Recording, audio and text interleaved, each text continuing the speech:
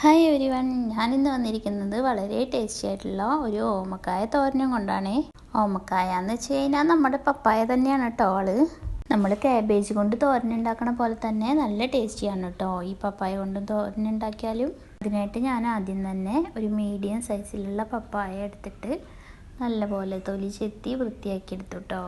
ഇത് അധികം മൂക്കാത്ത പപ്പായ ആയിരുന്നു കേട്ടോ, കുരുവൊന്നും ആയിട്ടില്ല അതിനുള്ളിൽ.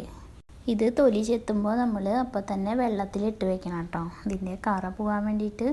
എന്നിട്ട് നമ്മൾ അതൊന്ന് വെള്ളത്തിൽ നിന്ന് നന്നായി കഴുകി എടുക്കണം. അതിനുശേഷം ഇത് നന്നായി വെള്ളം വാർന്നതിന് ശേഷം ഗ്രേറ്റ് ചെയ്തെടുക്കുക കേട്ടോ.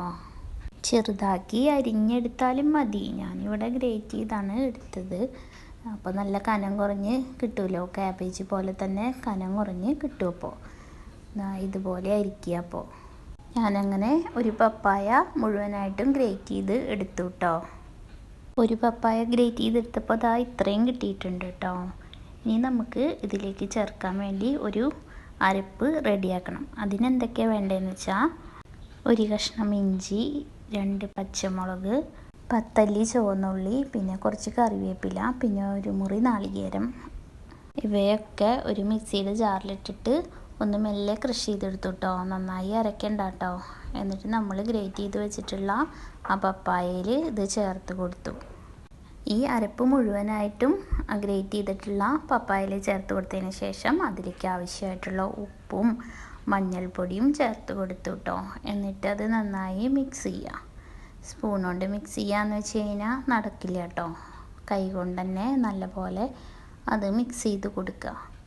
പിന്നെ അധികം നേരം വെയിറ്റ് ചെയ്യണ്ട കേട്ടോ, അതിന്ന് വെള്ളം ഇറങ്ങിയിട്ട് നല്ലപോലെ വെള്ളത്തിൻ്റെ അംശം കൂടും. അപ്പോൾ നമ്മൾ പെട്ടെന്ന് തന്നെ അത് ഉണ്ടാക്കാൻ നോക്കാം. ഇങ്ങനെ പുരട്ടി വെച്ചതിന് ശേഷം ഒരു പാൻ അടുപ്പത്തേക്ക് വെച്ചിട്ട് അതിൽ വെളിച്ചെണ്ണ ഒഴിച്ച് നമ്മുടെ ഉഴുന്ന് പരിപ്പുണ്ടല്ലോ അതിട്ട് പൊട്ടിക്കുക ആദ്യം.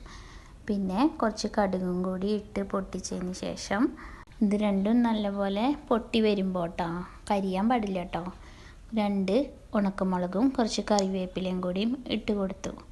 എന്നിട്ട് ഞാൻ നേരത്തെ മിക്സ് ചെയ്ത് വെച്ച പപ്പായയുടെ മിക്സ് ഉണ്ടല്ലോ അതും അതിലേക്ക് ചേർത്ത് കൊടുത്തിട്ട് നന്നായി ഇളക്കി മിക്സ് ചെയ്യാം കേട്ടോ. പിന്നെ അത് പെട്ടെന്ന് വെന്തോളൂ കേട്ടോ.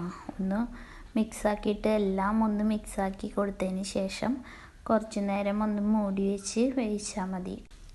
ആദ്യം നമുക്കിത് കാണുമ്പോൾ പപ്പായ തോരനാണെന്ന് തോന്നുകയില്ല കേട്ടോ, ശരിക്കും കാബേജ് തോരൻ പോലെ തന്നെയാണ് കാണുമ്പോൾ. അപ്പോൾ ഞാൻ ദാ അടച്ചു വെച്ചു, ഒരു 5 മിനിറ്റ് അടച്ചു വെച്ച് വേവിച്ചതിന് ശേഷം തുറന്നപ്പോൾ ദാ ഇങ്ങനെ ഉണ്ട് കേട്ടോ, നല്ലപോലെ വെന്തിട്ടുണ്ട്. അങ്ങനെ പെട്ടെന്ന് തന്നെ തയ്യാറാക്കാൻ പറ്റണ നല്ല ടേസ്റ്റി ആയിട്ടുള്ള നമ്മുടെ ഓമക്കായയുടെ തോരൻ റെഡി ആയിട്ടുണ്ട്.